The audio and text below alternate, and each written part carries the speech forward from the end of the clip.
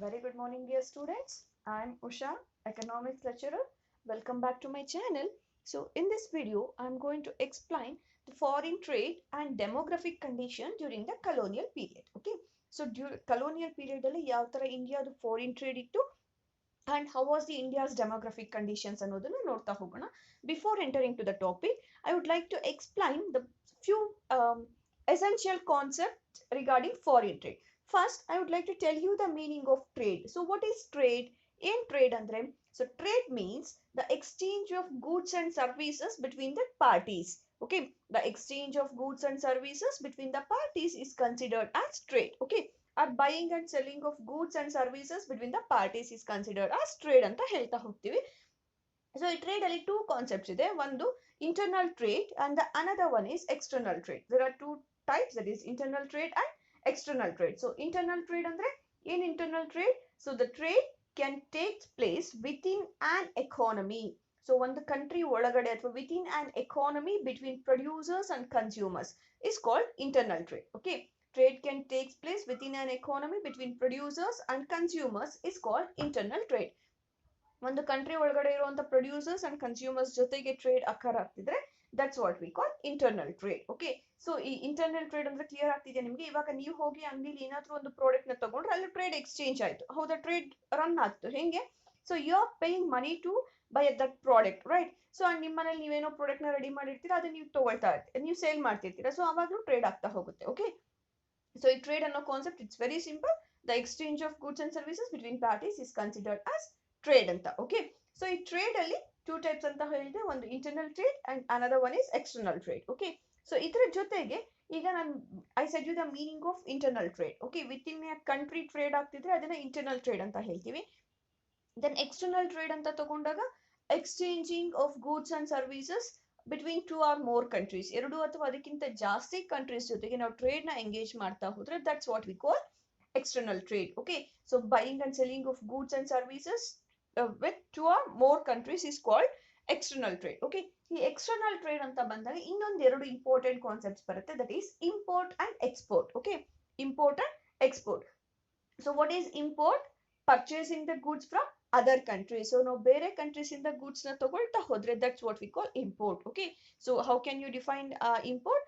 Purchasing the goods from other countries is called imports, and exports, selling the goods to the other countries. Selling the goods to other countries is called export. Okay, ಇದು clear ಆಗಿದೆ ನಿಮಗೆ? ಈಗ ಹೇಳಿದ್ ನಾನು, I said the meaning of trade and then types of trade, that is internal trade and external trade. Then the next one ನಾನು ಹೇಳಿದ್ದು imports and exports. Okay, so ಇದು ನಿಮಗೆ ಕ್ಲಿಯರ್ ಆಗಿದೆ, ರೈಟ್? ಸೊ ಈಗ the next one is we will enter to the topic. ಈ topic ಒಳಗಡೆ ಹೋಗೋಣ, that is foreign trade.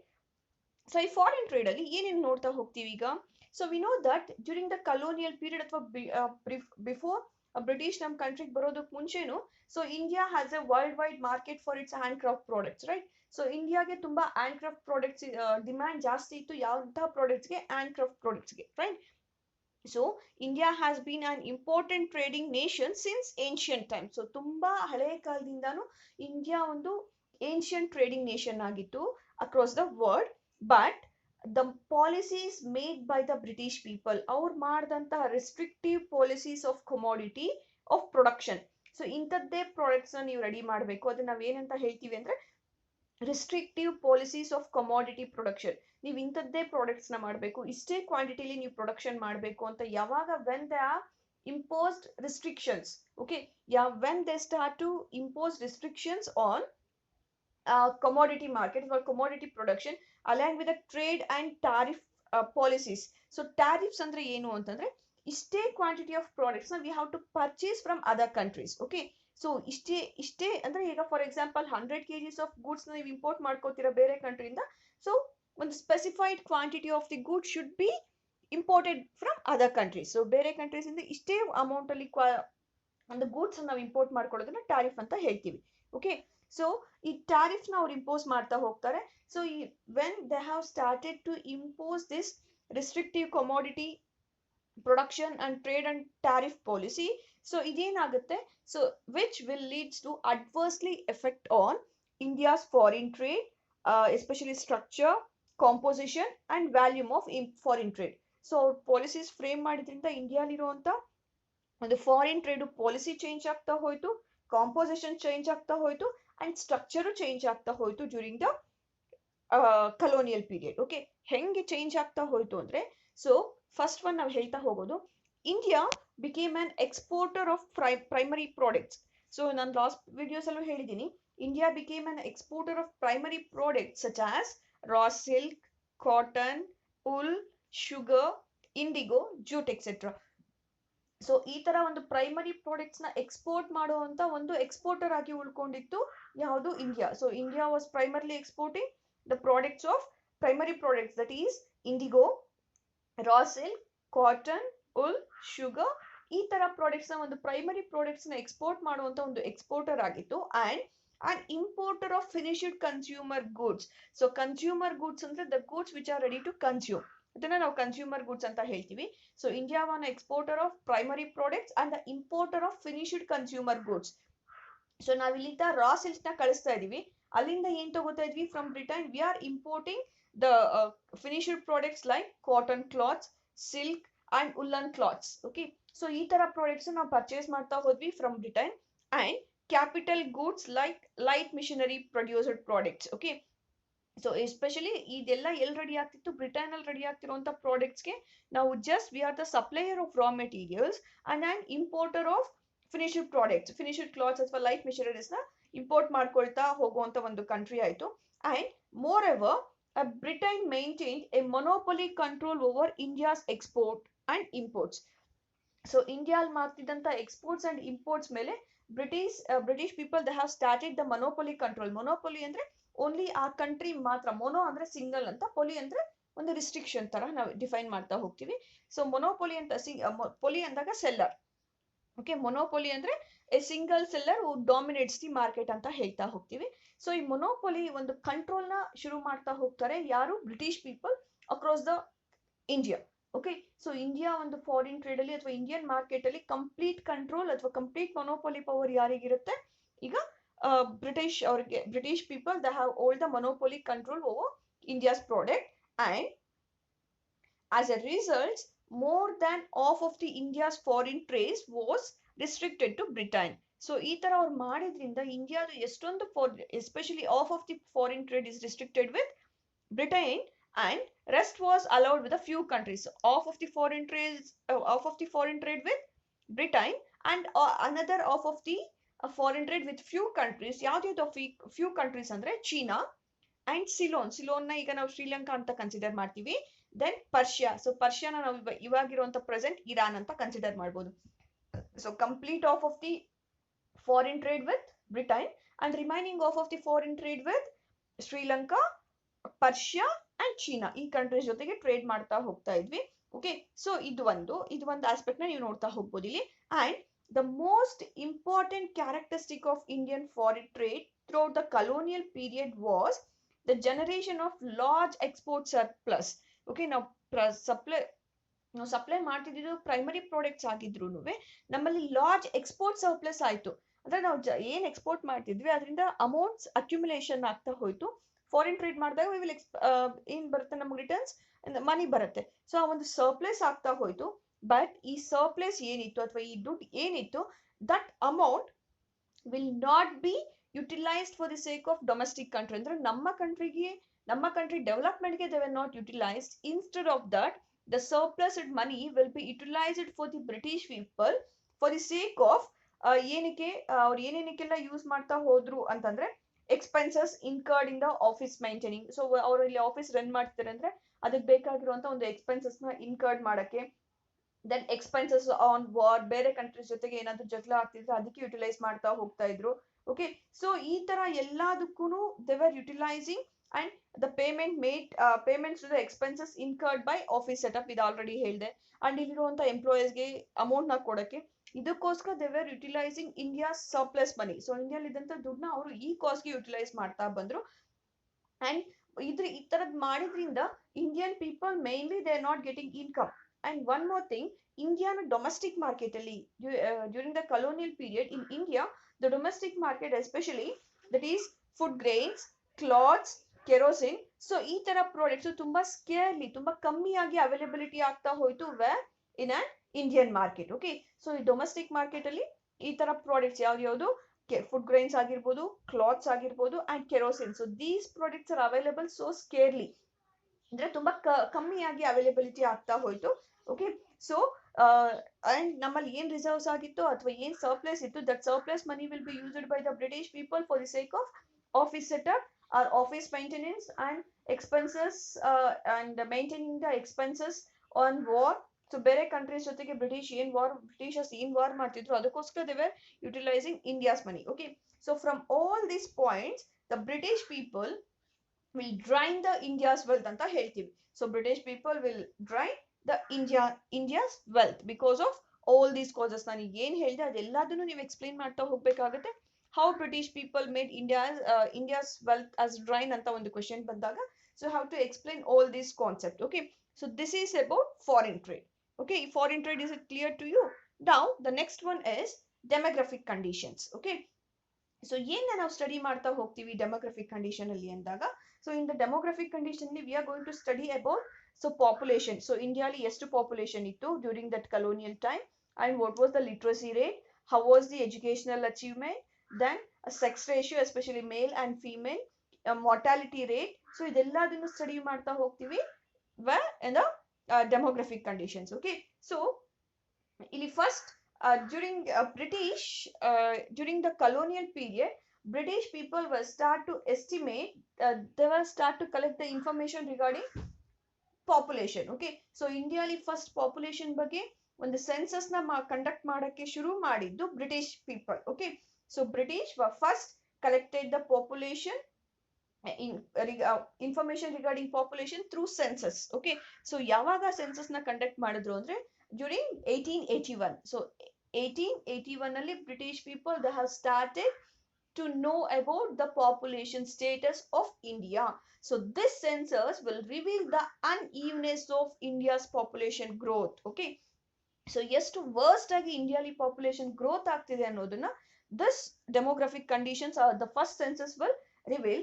So ಇಲ್ಲಿ after that, so 1881 ನಲ್ಲಿ the British people first they started census, and after that every 10 years once ಇಂಡಿಯಾಲಿ census ಆಗ್ತಾನೆ ಹೋಗ್ತಾ ಇದೆ. So ಇವಾಗ ನೆಕ್ಸ್ಟ್ ಏನಿದೆ 2021 ಅಲ್ಲಿ again the census will be start. Okay, so every 10 years ಒಂದ್ ಸೆನ್ಸಸ್ ನ ಕಂಡಕ್ಟ್ ಮಾಡ್ತಾನೆ ಹೋಗ್ತಿರ್ತೀವಿ. ಓಕೆ, ಸೊ ಈ ಸೆನ್ಸಸ್ ಅಂತ ನಾನು ಹೇಳಿದಾಗ ಏನೆಲ್ಲ ಸ್ಟಡಿ ಮಾಡ್ತೀವಿ, ಸೊ ಪಾಪ್ಯುಲೇಷನ್ ಹೆಂಗಿತ್ತು ಅಂದಾಗ, ಸೊ ಬಿಫೋರ್ 19 ಇಲ್ಲಿ ನಾವು ಬಿಫೋರ್ 1921 ಅಂಡ್ ಆಫ್ಟರ್ 1921 ಅಂತ ಕನ್ಸಿಡರ್ ಮಾಡ್ತಾ ಹೋಗ್ತೀವಿ. ಇಲ್ಲಿ before 1921 India was in the first stage of demographic condition. So India was in the first stage of demographic condition during before 1921. So ಏನಿದು 1921 ಅಂದ್ರೆ ಫಸ್ಟ್ ಸ್ಟೇಜ್ ಅಂದ್ರೆ ಏನು, ಇಲ್ಲಿ ಬರ್ತ್ ರೇಟು ಜಾಸ್ತಿ ಇತ್ತು, ಆಟೋಮೆಟಿಕಲಿ ಡೆತ್ ರೇಟು ಜಾಸ್ತಿ ಇತ್ತು, ಅಂಡ್ ಪಾಪ್ಯುಲೇಷನ್ ಗ್ರೋತು ಒಂದು ಲಿಮಿಟ್ ಆಗಿತ್ತು. ಅಂದ್ರೆ ಪಾಪ್ಯುಲೇಷನ್ ಅಷ್ಟು ಎಫೆಕ್ಟ್ ಆಗ್ತಿರ್ಲಿಲ್ಲ, because birth rate and death rate ಎರಡು ಒಂದು ಯೂಶಲಿ ಈಕ್ವಲ್ ಮ್ಯಾನರ್ ಅಲ್ಲಿ ಹೋಗ್ತಿದ್ದೀರಾ. ಅಂದ್ರೆ ಒಂದು 14 ಜನ ಮನೆಯಲ್ಲಿ ಮಕ್ಕಳಾಗ್ತಿದ್ದಾರೆ ಅಂದ್ರೆ within that 14 members only 1, 2 or 3 members will survive, ಮಿಕ್ಕಿರೋ ಎಲ್ಲಾರು ಎಕ್ಸ್ಪೈರ್ಡ್ ಆಗ್ತಾ ಹೋಗ್ತಿದ್ರು. ಜಸ್ಟ್ ಯು ರೀಕಾಲ್, ನಿಮ್ಮ ಮುತ್ತಾತ ಅಥವಾ ನಿಮ್ಮ ತಾತ ಅಜ್ಜಿಗೆಲ್ಲ ಎಷ್ಟು ಜನ ಮಕ್ಕಳು ಅಂದ್ರೆ they will tell that 6 members 7 members. ಅದು ಇವಾಗ ಲೈವ್ ಆಗಿ ಉಳ್ಕೊಂಡಿರೋದು, ಅದಕ್ಕೆ ಮುಂಚೆ ಒಂದು 4 ಮೆಂಬರ್ಸ್ ಎಕ್ಸ್ಪೈರ್ಡ್ ಆಗಿದ್ರು, ಈ ತರ ಎಲ್ಲ ಹೇಳ್ತಾ ಹೋಗ್ತಾರೆ. ಯಾಕೆ, during that time the birth rate was high and at the same manner the death rate is also high. ಯಾಕೆ ಡೆತ್ ರೇಟ್ ಆಗ್ತಿತ್ತು ಅಂದ್ರೆ ಆಗ ಕಮ್ಯುನಿಕೇಬಲ್ ಡಿಸೀಸಸ್ ಬರ್ತಿತ್ತು. ಕಮ್ಯುನಿಕೇಬಲ್ ಡಿಸೀಸ್ ಅಂದ್ರೆ which will spread from one person to another person. For example cholera ಆಗಿರ್ಬೋದು, malaria ಆಗಿರ್ಬೋದು, plague ಆಗಿರ್ಬೋದು. So ಈ ತರ ವಾಟರ್ ಬೋರ್ನ್ ಡಿಸೀಸಸ್ ಮತ್ತೆ ಏರ್ ಬೋರ್ನ್ ಡಿಸೀಸಸ್ ಜಾಸ್ತಿ ಇದ್ದಿದ್ರಿಂದ the birth rate as well as death rate will more. Okay, so ಆವಾಗ ಬರ್ತ್ rate death rate ಎರಡು ಈಕ್ವಲ್ ಆಗಿದ್ರಿಂದ ಅಷ್ಟೊಂದು affect ಆಗಿರ್ಲಿಲ್ಲ before 1921. And the second stage of transition began after 1921. ಈ second stage ಏನಿದೆ after 1921, the rate of population growth is very high during this time. So after 1921 ಆದ್ಮೇಲೆ ಇಂಡಿಯಾಲಿ population growth ಅನ್ನೋದು ತುಂಬಾನೇ increase ಆಗ್ತಾ ಹೋಯ್ತು. ಯಾಕೆ ಇನ್ಕ್ರೀಸ್ ಆಗ್ತಾ ಹೋಯ್ತು ಅಂದ್ರೆ, ಸೊ ಆಫ್ಟರ್ 1921 ಇನ್ವೆನ್ಷನ್ಸ್ ಆಯ್ತು ಅಥವಾ ಇನೋವೇಷನ್ಸ್ ಆಯ್ತು. ಸೊ ಆಗ ಹೊಸ ಹೊಸ ವ್ಯಾಕ್ಸಿನ್ಸ್ ಬಂತು. ಸೊ BCG ಆಗಿರ್ಬೋದು ಅಥವಾ ಇನ್ನೊಂದು ಈ ಡಿಸೀಸಸ್ನೆಲ್ಲ ಸ್ಪ್ರೆಡ್ ಮಾಡುವಂತ ಒಂದು ವ್ಯಾಕ್ಸಿನ್ಸ್ ನ ಫೈಂಡ್ ಔಟ್ ವ್ಯಾಕ್ಸಿನ್ಸ್ ನ ಫೈಂಡ್ ಔಟ್ ಮಾಡ್ಕೊಂಡಿದ್ರಿಂದ ಆ ಒಂದು ಡಿಸೀಸಸ್ ಎಲ್ಲ ಕಮ್ಮಿ ಆಗ್ತಾ ಬಂತು. ಸೊ ಅವಾಗ ಡೆತ್ ರೇಟ್ ಕಮ್ಮಿ ಆಯ್ತು, but the birth rates will be increases. Okay, and literacy rates ಬಗ್ಗೆ ಹೇಳ್ತಾ, ಇದು ಪಾಪ್ಯುಲೇಷನ್ ಬಗ್ಗೆ. ಓಕೆ, ಅಂಡ್ ಲಿಟ್ರಸಿ ರೇಟ್ ಬಗ್ಗೆ ಹೇಳುತ್ತಾ ಹೋಗೋದಾದ್ರೆ, ದ ಓವರ್ ಆಲ್ ಇಂಡಿಯಾದ overall literacy level was less than 16%. So ಇಂಡಿಯಾಲಿದ್ದಂತ ಲಿಟ್ರಸಿ ರೇಟ್ ಎಷ್ಟು? Less than 16%. Out of this, female literacy was low at 7%. ಈ ಟೋಟಲ್ 16% ಅಲ್ಲಿ ಫೀಮೇಲ್ಸ್ ಲಿಟ್ರಸಿ ರೇಟ್ ಎಷ್ಟಿತ್ತು? Just 7%. Okay, so ಇವಾಗ ಪ್ರೆಸೆಂಟ್ ಹೇಳೋದಾದ್ರೆ, present literacy rate ನ ನಾವು 86% ಅಂತ ಹೇಳ್ತೀವಿ, ಅಂಡ್ ಫೀಮೇಲ್ ಲಿಟ್ರಸಿ ರೇಟ್ ನ ನಾವು 77% ಅಂತ ಹೇಳ್ತೀವಿ. ಅದರಲ್ಲಿ ಹೈಯರ್ ಎಜುಕೇಶನ್ಗೆ ಹೋಗ್ತಿರುವಂತವ್ರು 12% ಅಂತ ಕನ್ಸಿಡರ್ ಮಾಡ್ಕೊಳ್ತಾ ಹೋಗ್ತೀವಿ. Okay, so during that period the literacy level was just 16%. ಅದರಲ್ಲಿ especially female literacy rate was just 7% ಆಗಿತ್ತು. And the public health facilities var unavailable. So public health facilities ಎಲ್ಲರಿಗೂ ಅವೈಲಬಿಲಿಟಿ ಆಗ್ತಿರ್ಲಿಲ್ಲ. ಅಂಡ್ ಮೋರ್ ಪಾಪ್ಯುಲೇಷನ್, ಎಷ್ಟು ಜನ population ಇದ್ರು ಅಷ್ಟು ಜನಕ್ಕೂ the public health facilities R not available. So ಇದನ್ನ ನಾವು ಹೆಲ್ತ್ ಫೆಸಿಲಿಟೀಸ್ ಅಂತ ಬಂದಾಗ ಇಟ್ ಈಸ್ ಹೈಲಿ ಇನ್ಅಡಿಕ್ವೇಟ್ ಆಗಿತ್ತು ಅಥವಾ ಹೈಲಿ ಅನ್ಅಡಿಕ್ವೇಟ್ ಆಗಿತ್ತು to the people. Okay, and during that time the water and airborne diseases are very high. Water ಮತ್ತೆ airborne diseases ತುಂಬಾ ಜಾಸ್ತಿ ಇತ್ತು ಡ್ಯೂರಿಂಗ್ ದ ಕಲೋನಿಯಲ್ ಪೀರಿಯಡ್. ಏನ್ ವಾಟರ್ ಬೋರ್ನ್ ಡಿಸೀಸಸ್ ಅಂದ್ರೆ which will spread through water. For example, water ಇಂದ spread ಆಗುವಂಥದ್ದು ಯಾವುದು cholera, plague, this will spread with water. And airborne diseases, TB ಅಂತ ನಾವು ಹೇಳ್ತೀವಲ್ಲ, ಸೊ ಅದು ಈಗ ಏನಾಗ್ತಾ ಇದೆ, ಜಾಸ್ತಿ ಸ್ಪ್ರೆಡ್ ಆಗ್ತಾ ಹೋಯ್ತು. Water and airborne diseases are very high. And ಎಷ್ಟೊಂದು ಜನ ಎಕ್ಸ್ಪೈರ್ಡ್ ಆಗ್ತಾ ಹೋದ್ರು due to this two diseases. Not only this to water and airborne diseases ಇಂದ ಜಾಸ್ತಿ ಜನ ಎಕ್ಸ್ಪೈರ್ಡ್ ಆಗ್ತಾ ಹೋದ್ರು. And overall mortality rate was very high. Okay, mortality ಅಂತಂದ್ರೆ ಎಷ್ಟು ಜನ ಬರ್ತ್ಸ್ ಅಲ್ಲಿ ಎಷ್ಟು ಲೈವ್ ಆಗಿದ್ದಾರೆ ಅನ್ನೋದನ್ನ ನಾವು ಹೇಳ್ತಾ ಹೋಗ್ತೀವಿ. ಎಸ್ಪೆಷಲಿ ಅದರಲ್ಲಿ ಮಾರ್ಟಾಲಿಟಿ ಅಂತ ಬಂದಾಗ ಇನ್ಫ್ಯಾಂಟ್ ಮಾರ್ಟಾಲಿಟಿ ಅಂತ ಇದೆ. So what is infant mortality? So ಈಗ 1000 ಬೇಬೀಸ್ ಬರ್ತ್ ಆಗಿದ್ರೆ ಅದರಲ್ಲಿ ಎಷ್ಟು ಬೇಬೀಸ್ ಎಕ್ಸ್ಪೈರ್ಡ್ ಆಗ್ತಾ ಇದಾವೆ? ಓಕೆ, ಅದನ್ನ ನಾವೇನಂತ ಹೇಳ್ತೀವಿ? ಇನ್ಫ್ಯಾಂಟ್. ಇನ್ಫ್ಯಾಂಟ್ ಅಂದ್ರೆ ಚಿಕ್ಕ ಮಕ್ಕಳು. So per 1000 babies, how many babies are living, or how many babies are expiring before the celebration of their first birthday? Okay, so the number of babies die before the celebration of their first birthday is called infant mortality ಅಂತ ಹೇಳ್ತೀವಿ. Okay, so infant mortality rate was too high. ಅದರಲ್ಲಿ 218 per 1000. So 218 ಜನ ಮಕ್ಕಳು expired ಆಗ್ತಾ ಇದ್ರು before the celebration of there first birthday. ಅಂದ್ರೆ celebration ಅಂತ ಇಲ್ಲ, ಅವ್ರು 1 year ಕಂಪ್ಲೀಟ್ ಮಾಡೋದಕ್ಕೆ ಮುಂಚೆನೆ ಎಕ್ಸ್ಪೈರ್ಡ್ ಆಗ್ತಿದ್ರು. ಎಷ್ಟು ಜನ? 218 per 1000. ಅಂಡ್ ಅಟ್ ಪ್ರೆಸೆಂಟ್ ನಾವು ಹೇಳೋದಾದ್ರೆ 40 per 1000 ಅಂತ ಹೇಳ್ತೀವಿ. ಸೊ 1000ಕ್ಕೆ ಇವಾಗ ಎಕ್ಸ್ಪೈರ್ಡ್ ಆಗ್ತಿರುವಂತವ್ರು 40. And during the colonial period the infant mortality rate was 218. and maternal mortality rate is also high. maternal mortality rate anta bandaga the pregnancy women die at the time of pregnancy or delivery. so pregnancy athwa delivery time alli ಎಷ್ಟು ಜನ females expired ಆಗ್ತಿದ್ರು ಅನ್ನೋದನ್ನ ನಾವು maternal mortality ಅಂತ ಹೇಳ್ತೀವಿ. so the maternal mortality rate is also high. and the life expectancy also very low. so ಅವಾಗಿದ್ದಂತ life expectancy just 44 years. So ಏನಿದು life expectancy ಅಂದ್ರೆ the estimation, ಇದೊಂದು estimation how many years a baby can live, ಅಥವಾ birth ಆಗಿರುವಂತವರಲ್ಲಿ ಎಷ್ಟು ವರ್ಷಗಳು ಅವ್ರು ಬದುಕಬಹುದು ಅಂತ ಒಂದು ಪ್ರಿಡಿಕ್ಷನ್ ನ ನಾವ್ ಏನಂತ ಹೇಳ್ತೀವಿ? ಲೈಫ್ ಎಕ್ಸ್ಪೆಕ್ಟೆನ್ಸಿ ಅಂತ ಹೇಳ್ತೀವಿ. The number of years A person can leave. Okay, ಅದನ್ನ ನಾವೇನಂತ ಹೇಳ್ತೀವಿ? ಲೈಫ್ ಎಕ್ಸ್ಪೆಕ್ಟೆನ್ಸಿ ಅಂತ ಹೇಳ್ತೀವಿ. So the life expectancy is also very low. So it was just 44 years during that time, and now it is 68 years. Okay, so ಇವಾಗ ನಾವು ಹೇಳೋವಂಥದ್ದು 68 years ಅಂತ consider ಮಾಡ್ತಾ ಹೋಗ್ತೀವಿ. Okay, so this is about the demographic conditions. so demographic conditions ಅಲ್ಲಿ ನಾವು ಏನ್ ಹೇಳಿದೆ? Census ನ ಹೇಳಿದ್ವಿ. Census first calculated by the British people in the year 1881. after that every 10 years once we are calculating the census. Okay, so ಈ census ಅಂತ ಬಂದಾಗ population growth ನ ನಮಗೆ ಇದು ತೋರಿಸ್ತಾ ಹೋಯ್ತು. and before 1921 both birth rate and death rate was low, and after the 1921 birth rate was increasing so rapidly. and literacy level is also very less. during the colonial period it was just 16%, and female literacy was 7%. and even the public health facilities is very inadequate to the people, and mortality rate is also very high, especially infant mortality rate is very high during the colonial period, and life expectancy is also very high. So this is about the concept regarding foreign trade and demographic conditions. Okay, so if you have any doubt, you can ask me personally. Thank you.